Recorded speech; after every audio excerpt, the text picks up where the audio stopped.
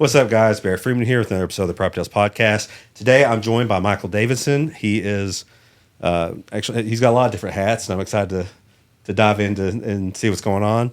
Got Zach Smith. He's the field manager at Freeman Brothers Capital Investments, Freeman Brothers Properties. So, what are you famous for? I was on a reality show called The Traitors on Peacock. Deep in the Scottish Highlands, there's a castle where the faithful reside. Their goal? Win $250,000. But hidden amongst them are 3 traitors. Exciting, isn't it? I'm not sure if you've heard of it. It won a bunch of Emmys last night. It is the most streamed reality show across all streaming platforms. It blew up. We actually won the Emmy for Best Cast. Let me throw this out there. There has not been a Best Cast Emmy since me. So, That's cool. I take credit for that. It was all you. I'll be. In April, my wife was in the hospital giving birth to my first child. Yeah. And so, of course, my mom and I were just sitting there. My son had just been born. He was a little bit premature, so he's in the NICU. So we were kind of stuck at the hospital. Of course, we discovered Traitors on Peacock, and so binged it the whole time. And of course, I see you up there. I didn't know you before today, but I was like, "Oh, okay, that's crazy." You can't watch or go anywhere without seeing somebody from Manchester, Corbin, London. Yeah. But anyway, I loved your season. I watched obviously the 4 episodes you were in, and we did finish it. But I found Traitors organically. I loved it, and so when I had the opportunity to have you come on, I was like, "Let's do it." Thank you. So thank you so much for coming. Your show was awesome. It was really fun to watch. Will you tell the people that don't know what the premise of Traitors is and how it worked? So the Traitors is basically they take about 20 to 24 people, and they are living in a castle in Scotland, a very cold, dreary castle. And there is about 3 to 5 people in the mix who are traitors. And everyone else is faithful. If you've played the game Mafia or Werewolf, it's the same premise. The whole concept is the traitors meet together every night and murder one of the faithfuls. And the faithfuls have to get to the end and determine who the traitors are before they get there. Otherwise, the traitors wins all the money. So Obviously, you've never done anything like that before the Traitors. I've always been a really big fan of reality TV. Growing up, my grandmother raised me, and so there wasn't really physically a whole lot she was able to do. So we just sat around and watched TV together, and her favorite show was the Rosie O'Donnell Talk Show. And so I would come home from school every day at 4:30, and I was always glued to this show with her because she had like hamster wheel desk and cupcake desk, and it always like grabbed my attention as a little kid. So I would watch this show with her, and then I remember one day Rosie was talking about this new show coming on called Survivor, and she was talking about the premise of it. Well, me and my mama all decided to tune in one night. We watched it. I remember seeing Stacey Stillman eat a larva bug, and this was like 2000. So I'm like, this is insane. I want to do that one day. But I've always been like very like nervous and quirky, shy. I've had like severe social anxiety. Like I grew up in Appalachia in Clay County, so I remember being a kid, we would always go to the river to swim. And, like, if people would show up, I would get out and get a towel and wrap around me and then jump back in and swim in my towel. Like, I don't know why my mind thought that people would be less likely to see me if I was swimming in a towel. But so I've just always been, like, that weird person. And so I was always, like, afraid to apply. And then I remember watching Sari Fields on Survivor Game Changers. This was, like, season 35 or it was way up in the 30s. And so she did a water challenge where they was crossing like a balance beam in the water, and she sucked. I mean, she could not get across it. She fell like 100 times, but they didn't vote her out. No one bullied her. No one made fun of her. They supported her. They loved her. All the fans at home like loved her, and I'm like, I'm going to apply now. I'm going to chase that feeling. Yeah. So I started applying for Survivor after that. And then for season 39, I was a finalist. And that's actually the season that Elaine Stott was on. She's from this area. Yeah, used to do CrossFit with her. So she actually was on that season.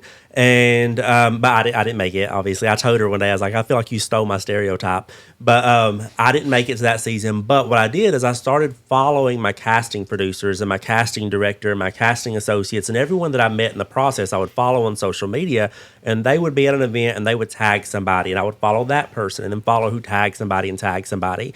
And then I ended up coming across a flyer for Traitors. And so I reached out to the woman thinking, I'm going to just get an interview right here. But she's like, okay, you have to apply. I'm like, are you, what? No, I'm telling you that I want to do it. And she's like, and I'm telling you have to apply. Yeah, answer all the questions. Yeah.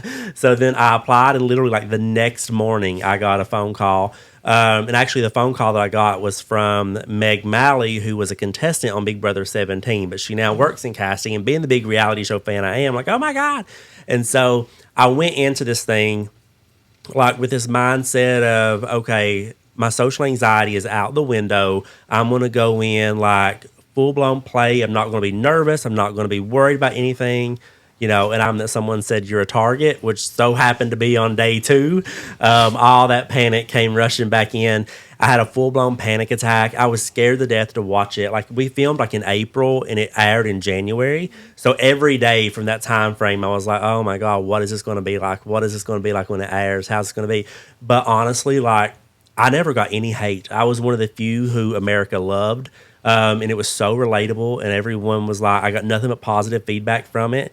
My life has been a whirlwind ever since. So once awesome. I heard you speak on the show, I was like, yeah, he's from my area. Yeah. Did you get a lot of comments about that, about your accent? I did, actually. They didn't show this. This is some behind-the-scenes tea. They didn't show this in the episode, but we filmed an entire episode, and then a guy caught COVID, and we had to shut down and re-film with a new girl.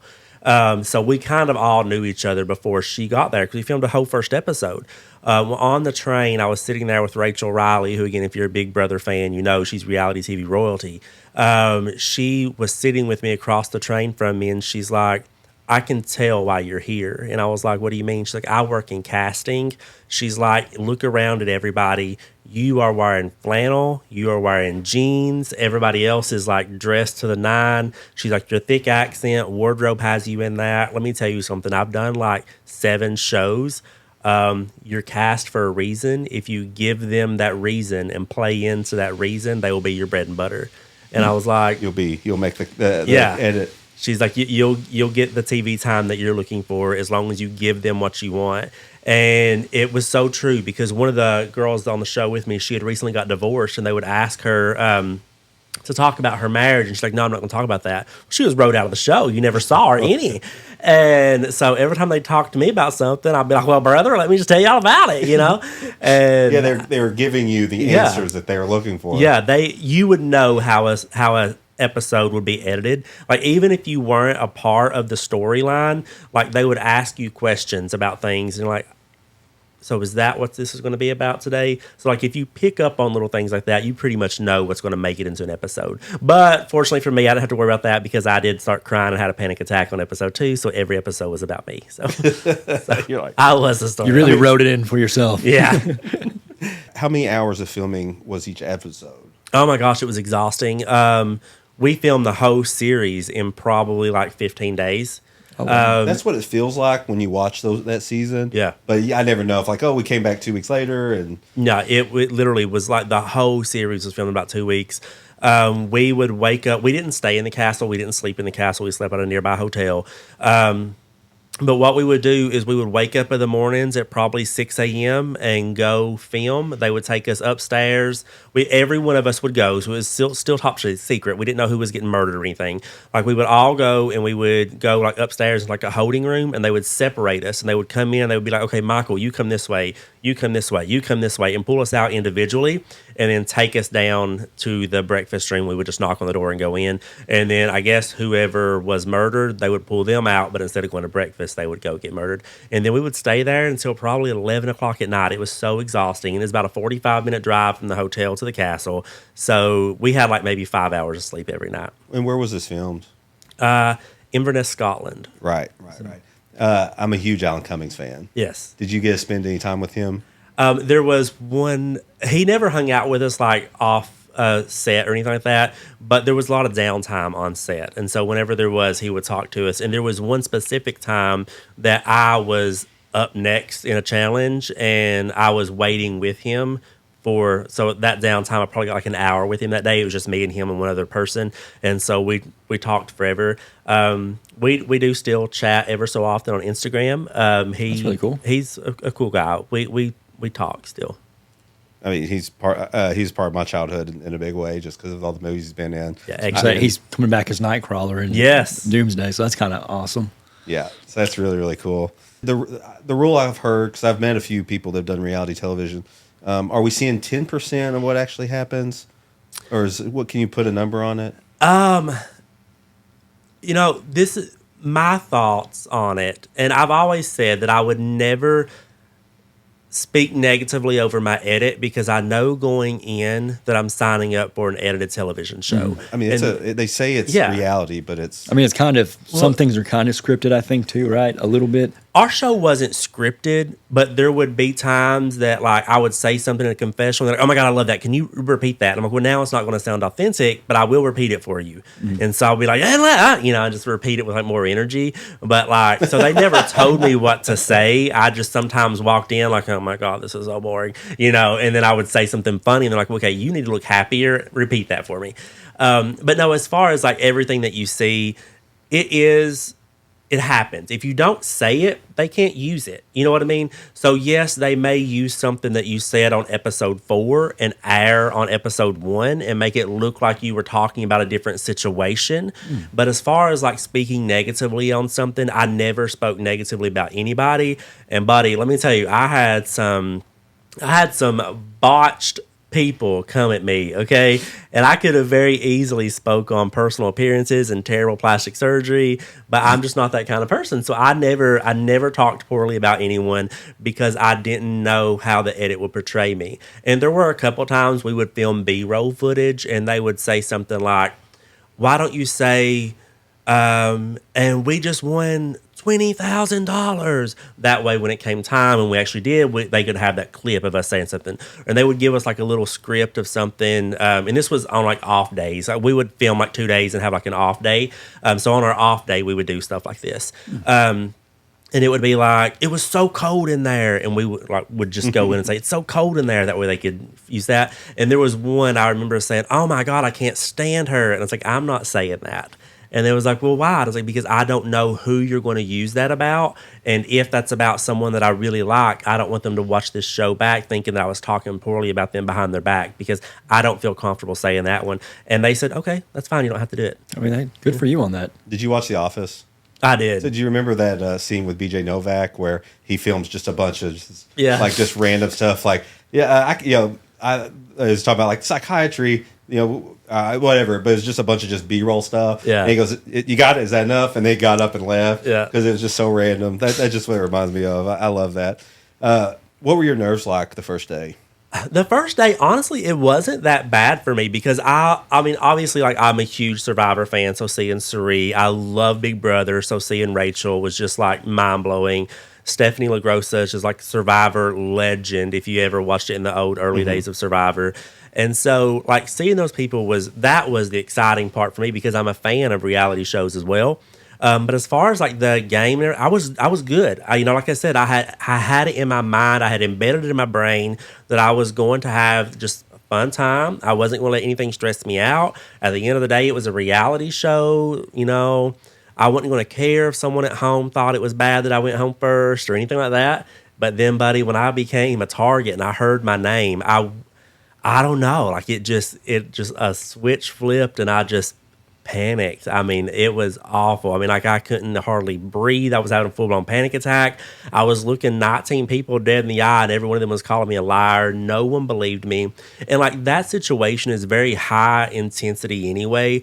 And like, I don't know, like at home, like I can go to work every day and yes, I have my coworkers and they're great people and I love them, but I can go home at the end of the day and I have my kids and I know that my kids love me unconditionally. I know that my kids 100% have my back. I know that no matter what happens, we are like this.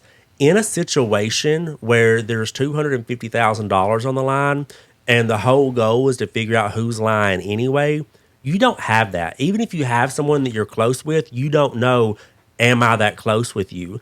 And so there was a situation where a girl, and it's funny because it actually made air. The girl pulls me aside. It made air. It was her and like 5 other people. There was literally 6 people standing there when she said it. And she said, Geraldine's targeting you. Stephanie said that Geraldine said that you said, and I'm like, I never said, I did say that, by the way, but like, I mean, hello, there's $250,000 on the line. I never said that.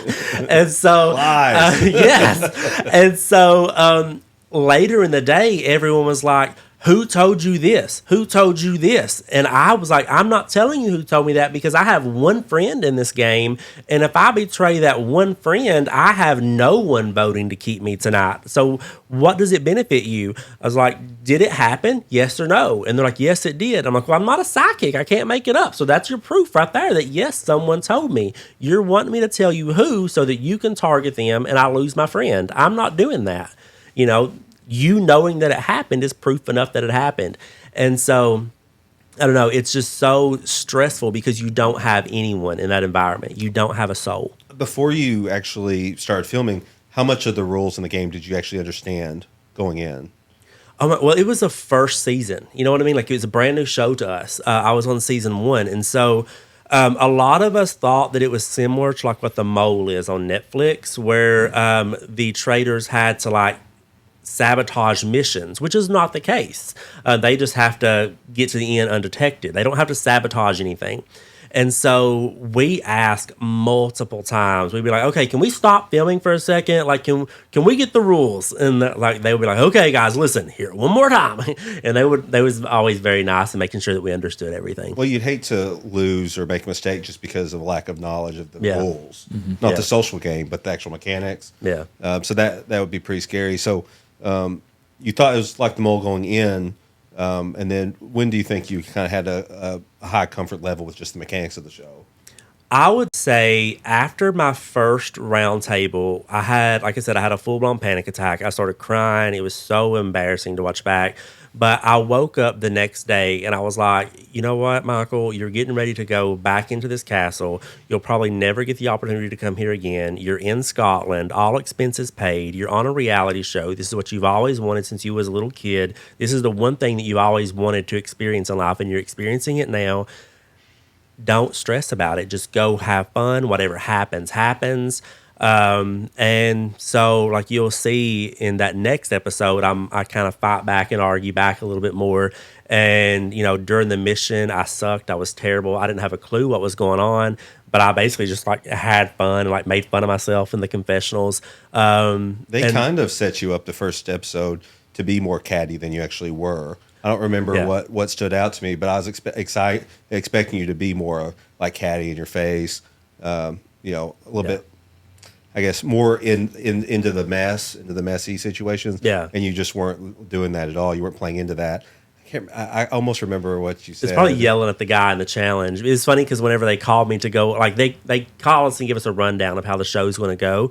And they're like, okay, we just got an editing. We've already watched. You know, here's kind of what you can look forward to. Episode 1, you get into an argument with Reza. Episode 2 is whenever you're arguing with Kate. Episode 3 is when you have your fight with Brandy. And I'm like, just stop. I get it. I get my edit. Like, I know. I get my edit. Like, every day's a fight. And they're like, well, then, you got Kyle in there in episode 4. I'm like, just let it go. It's fine. I understand. I'll take it. So they had it almost... what's the storyboarded even before you guys started filming? Yeah. I guess you have to because, I mean, there's different set pieces and locations. So I guess that makes sense. But they did edit me in as the underdog, and usually the underdog is the fan favorite. So like I said, I have no complaints about my edit whatsoever. Since being on the show, I've been, I think, to New York twice. I've been to Los Angeles. I've been to Atlanta, to Nashville. I've been to the Bahamas twice. I've been to... Haiti and Jamaica, all expenses paid. You know what I mean? So, like, how did that happen? I can't complain. They flew us to New York for the finale, and then just different events. I signed a contract with a travel agency in Royal Caribbean to do reality show themed cruises. I didn't know that was a thing, but That's apparently really cool. there's like reality show fans out there in the world who want to go on cruises with you. And I'm like, I'm really not that fun of a guy. I promise you, I'm not. I'm so awkward. But yeah, but at the same time, I know what people are signing up for. And like, I know, like if a fan reaches out and says, hey, I'm paying $4,000 to go on a cruise, I'm not going to show up on that cruise and be like, oh my God, like I'm going to give them what they paid for. I'm going to give them the personality they think they want. And like a lot of the people, especially, that know me personally, like in town, they're like, you're so fake on TV. I'm like, I'm not fake on TV. It's a job for me. Like I went on TV and you knew the role you had. You're playing the role I had that to you're given. fulfill. Yeah, and so when I get opportunities based on that role, I bring that same character, that same energy to those opportunities. Because that's who they're expecting to see. Mm-hmm. So, Do you have you had any other opportunities for any other reality shows? Actually, yes. It's really funny. I did, I did a game show. I did Let's Make a Deal. And then that was fun. They called me shortly after and they're like, hey, we're looking for a thick Southern accent with a big personality. I was like, well, I don't have a big personality, but, and I can thicken my accent a little more if you need me to. I was like, but for a car, I can definitely, make it a big personality. I didn't want a car, I want a vacation. And then I got asked to do a show on Hulu called The Genius. And so it was actually supposed to film this week. It was starting this week. Yeah, I was like, I've not heard that. I'm pretty plugged in too. It got canceled though. Like I guess it dropped in the UK and did terrible. So they didn't even, but it was going to have the same format of 10 celebrities, 10 newbies. And I was like, I hate the word celebrity. It's like a reality TV veteran more so. But I was one of the reality TV vets supposed to do that, but it got canceled because it tanked in the UK and they just decided to put it on hold. Isn't that so interesting? Because even the Traitors, I think it was filmed by the BBC. Yeah. And so I'm sure it aired over the UK. Do you ever have people reach out from you from the UK? Yes, actually. We filmed at the same time as the UK season one. We filmed back to back. And so obviously it was a new show and it was such a hit here and it was such a hit there as well. And so we all just kind of like mingled and met up on social media, their cast and our cast, and we just kind of like hit it off. It's really cool. There, so.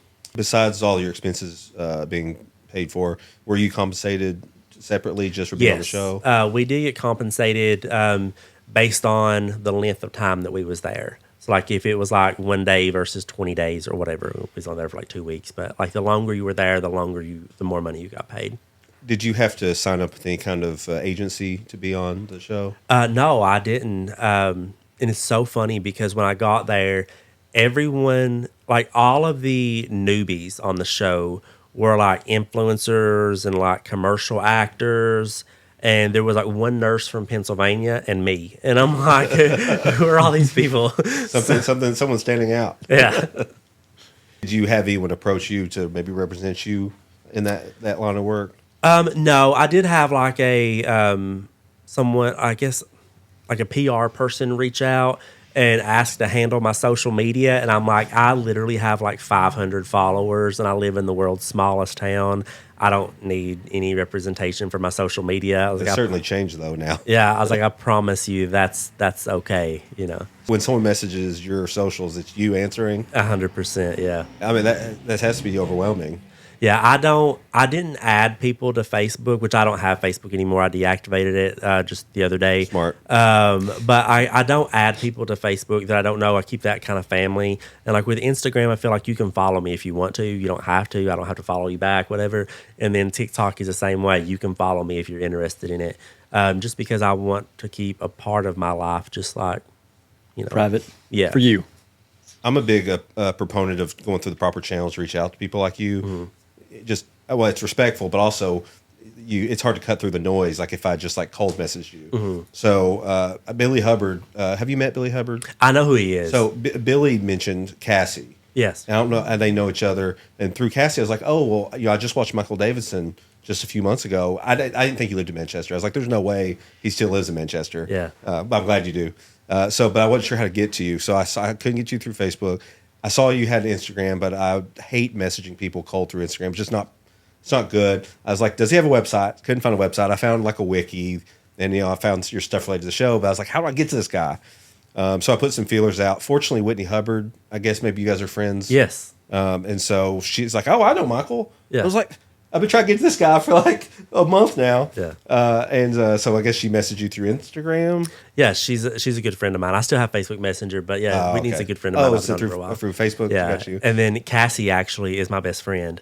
This is a funny story. When I was in New York filming the reunion, I got kind of pulled to the side, and they're like, season 2 is looking like it's greenlit. It's a go. Do you have a friend? Anyone just like you, like a young, beautiful girl? And I'm like, absolutely. And I can immediately turn the accent just yeah, a dial I immediately thought of Cass. And then they switched season 2 to all celebs. But the same casting team was casting for The Circle on Netflix. And so I was like, hey, I know a girl. And so it just worked out for her. And she just blew up on TikTok afterwards. And so she actually quit her job, full-blown content creator now. So she does have a food truck. I saw her at one of the festivals. Yeah. And that kind of got me the idea to get her as well. Again, through Billy Hubbard. He's like, well, she has a food truck. And so after The Circle, we also talk business, kind of a business real estate podcast generally. Yeah. It's definitely moved away from that, though, a little bit. She's a character. She's really funny. So I'll get her on here at some point, I'm sure. So hopefully that happens soon. What was the last day of filming like when you actually left the show? Oh my gosh, it was cold and rainy that day. I remember we had a carnival challenge where they strapped me upside down to a Ferris wheel, and I'm terrified of heights, like terrified. And so I just knew immediately that I wouldn't be on this Ferris wheel because I was like the bigger guy. Everyone else was like models, and I'm like, this janky thing here probably can't hold my weight. So they're going to pick these. How tall are you? 6'2"? I'm like, 6'2", and at the time I was like 270 pounds, and so I'm like, they're not going to pick me, and like they would drawing names out of a hat, and it was always like the skinny. I'm like, okay, I'm not worried about anything. Well, then they drew my name. Like, Michael you've got to Davidson. be kidding me. And so I was scared to death. I was like, this is going to fall. This is not going to hold me. It was a nightmare.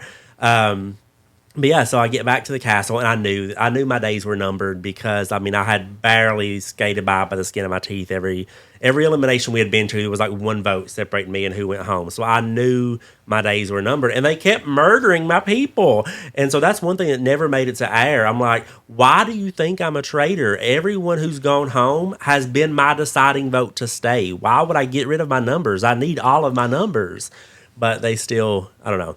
But yeah, I knew I was going home, and so You just ran out of allies. yeah, I just didn't have any more numbers on my side, and so I told production that day, I was like, I'm leaving tonight, so I'm trying to figure out if I want to like stir crap up when I leave, or if I just want to like have a good time. And it's like, whatever you want to do, we're here with the camera. Don't worry, you do you.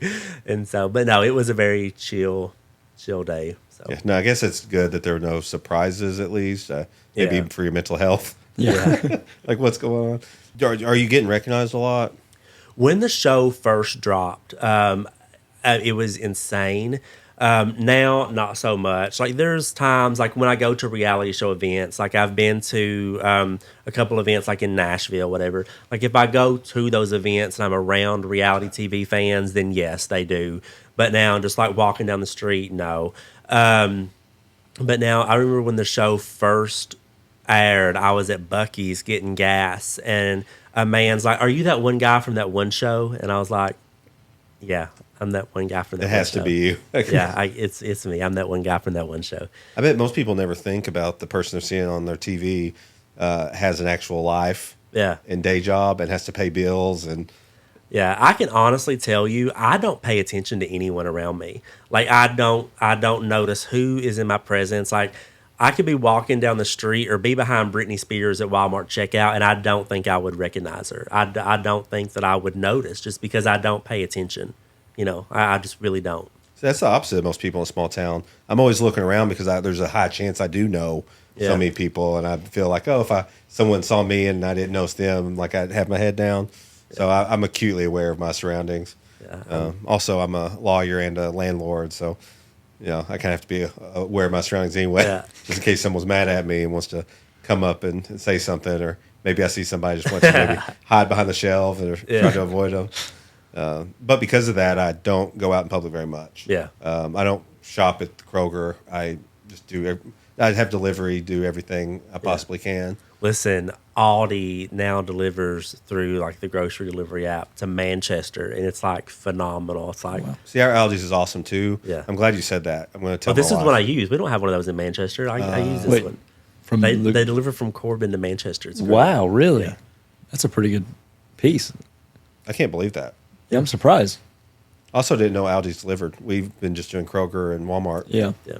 I didn't realize they did that either. But It's through Uber Eats. No, whatever the grocery. Instacart. Instacart, yes, Instacart. Oh, that's Through cool. Instacart, they will. It's funny because one day I had a lady deliver my food, and I left like a $20 tip, and because I mean her gas and everything, it's a long drive, and so she comes to my house and she's driving like this big Suburban, and I'm like, let me add a little more tip on there, like.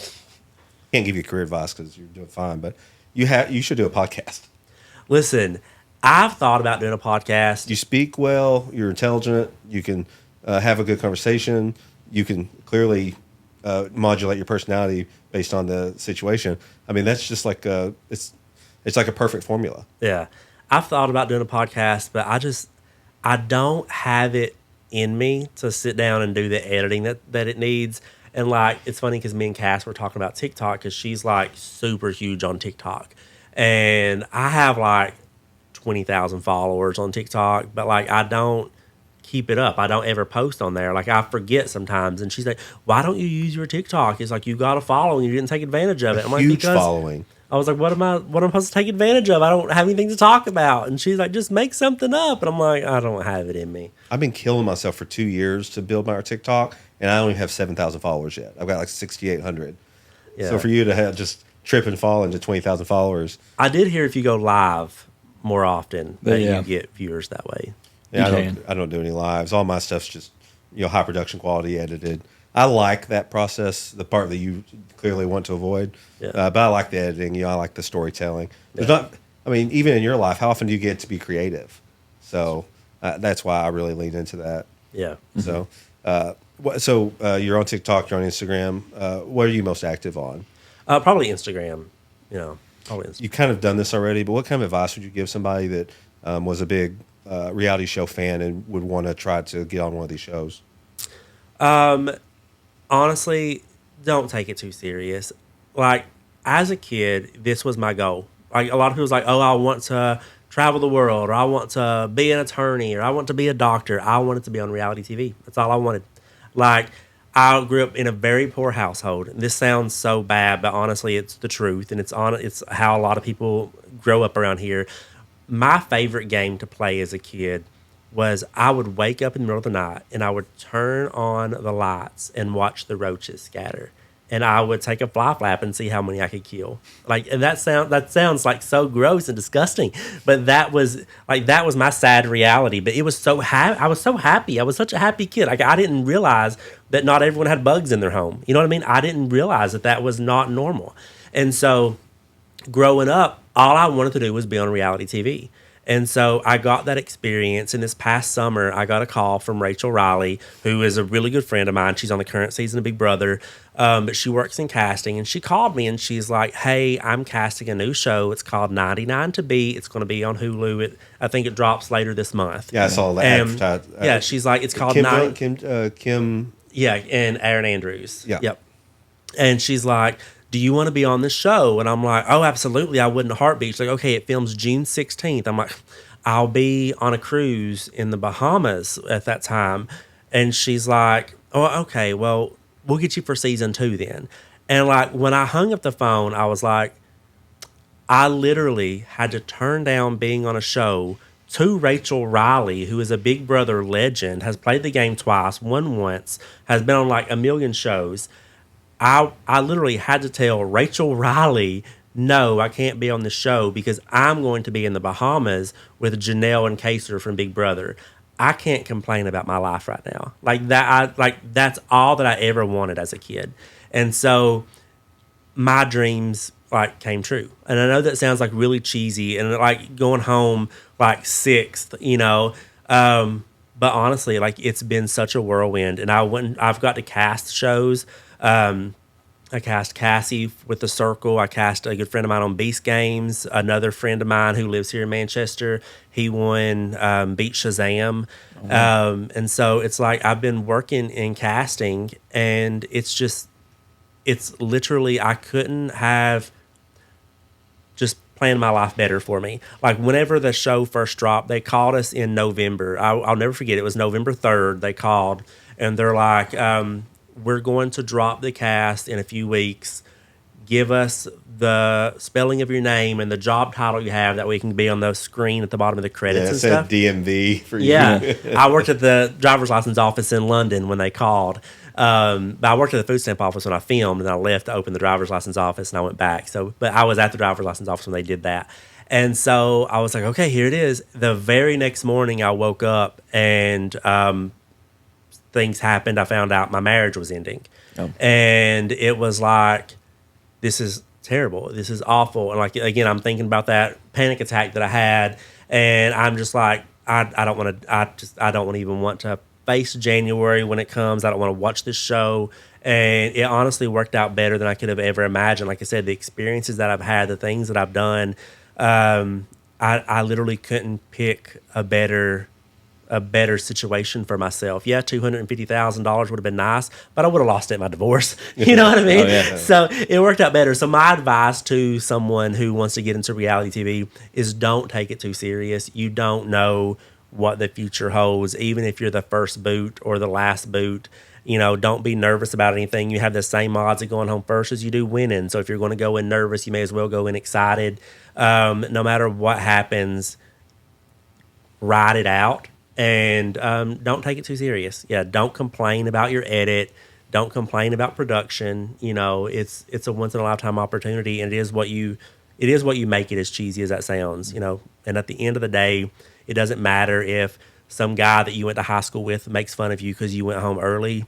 You were still on a reality TV show, and he got to watch you from home. You know, like that sounds oddly specific. Yeah, did that happen? Well, a couple times, and it's like, whatever. Go ahead and make fun of me from the couch. I don't care. That's crazy. You know, and so it's like my life has been a whirlwind. You know, I think it's well deserved.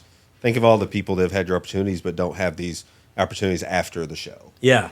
And that's what I'm saying. Like, you don't know what it's going to lead to, you know? And if you're sitting here complaining about everything and you're negative about everything, you're going to miss the greatness that comes with it, too, because you're so focused on the negative, you're not going to take time to appreciate the fine things. You know, like I was saying, Stephanie LaGrossa, she was on Survivor. She was a legend. She actually just wrapped season 50. Like, I text her every day. She's one of my really good friends now, you know? And like Rachel, who I said is currently on the season of Big Brother, she's one of my best friends. I talk to her every day. We've vacationed together twice. She's met my family. You know, like growing up, I would have never dreamed. Like me and my grandma watching Big Brother together, watching Rachel Riley win Big Brother. I would have, if you would have asked me then, I would have been like, in 12 years, I'm going to be on vacation with her in 12 years. In 12 years, she's going to babysit my kids. I would have been like, no. I still don't understand how you even got picked on the show. Yeah, it's insane. Patience, too? Yeah, like I'm telling you, like when I got cut from Survivor 39, it was devastating for me. But honestly, looking back at it, I can't do Survivor. Are you kidding me? Like I have to brush my teeth. You know what I mean? I was almost 300 pounds at that time. And those people are tortured. Yeah, like I would have been medevaced on day one. Like it would have been a nightmare to be on that show. But through the networking and that experience, it led me to another show 5 years later. And oddly enough, Sari Fields is the reason that I auditioned for Survivor. That was the reason that I got up off the couch and put in the nerve to audition. And she ended up being on Traitors with me and won. I should have known. Like, we actually got our phones on Mother's Day during filming, and I called home and I was telling some people, I was like, Sari Fields is here. And they're like, Sari is a traitor. I'm like, don't you talk about Sari that way. Sari is not a traitor. And they're like, Michael, Sari is like a legend in Survivor because of her ability to manipulate people. Sari is a traitor. And I'm like, well, Sari can manipulate me. She's not a traitor. And she was a traitor, but, you know. Awesome. Well, I don't really have any more questions. I mean, you've been very generous with your time. Thank you for coming on with Corbin. Thank you for having me. Yeah. So, anything else, Zach? Sounds good. All right. This has been another episode of the PropertyTales podcast. Thanks for joining us. We'll see you next time. That was a lot of fun. That was good. Really appreciate that. You're a good storyteller. Yeah. I don't know if you had to practice. I'm sure you had to practice this a lot. Oh, just because panels. I've done it a few times. Yeah.